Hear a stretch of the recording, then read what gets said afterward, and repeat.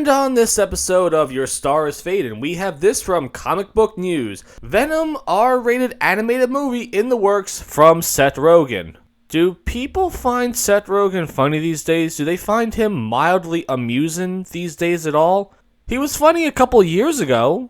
I mean, his whole gimmick has been, I smoke weed and I have an obnoxious laugh, but are people really looking forward to anything he's in these days? It's reported that Seth Rogen is developing an R-rated Venom animated movie for Sony, which would be separate from the Tom Hardy live-action movies, separate from the Tom Holland Spider-Man movies, and separate from the animated Spider-Verse films.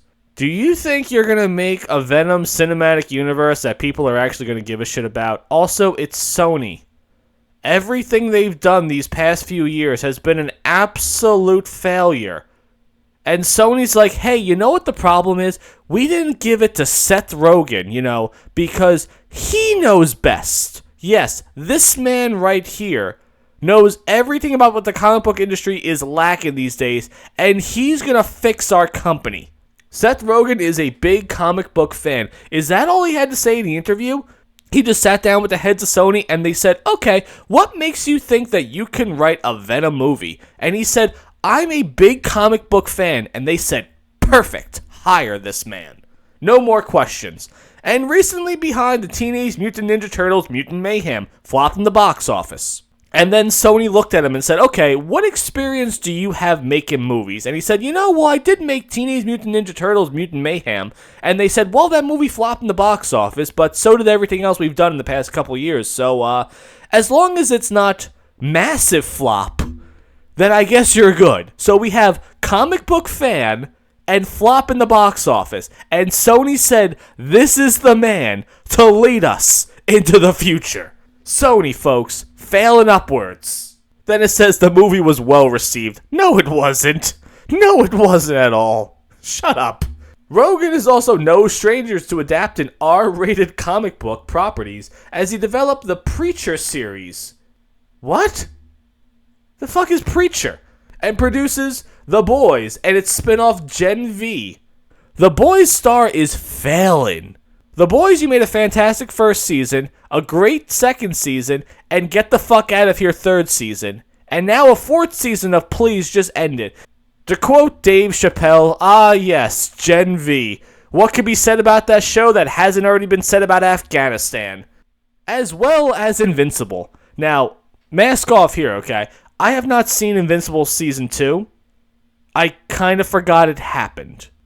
They also apparently have some spin-offs where the girl is bald for some reason. Yeah, Invincible Season 1 was a pretty good show. I haven't heard anyone talk about Invincible Season 2. But then they go on to say, according to the report, Seth Rogen is currently writing the movie for Sony, which will coincide with Sony's existing live-action Venom films. Didn't you just say before that it doesn't go along with them?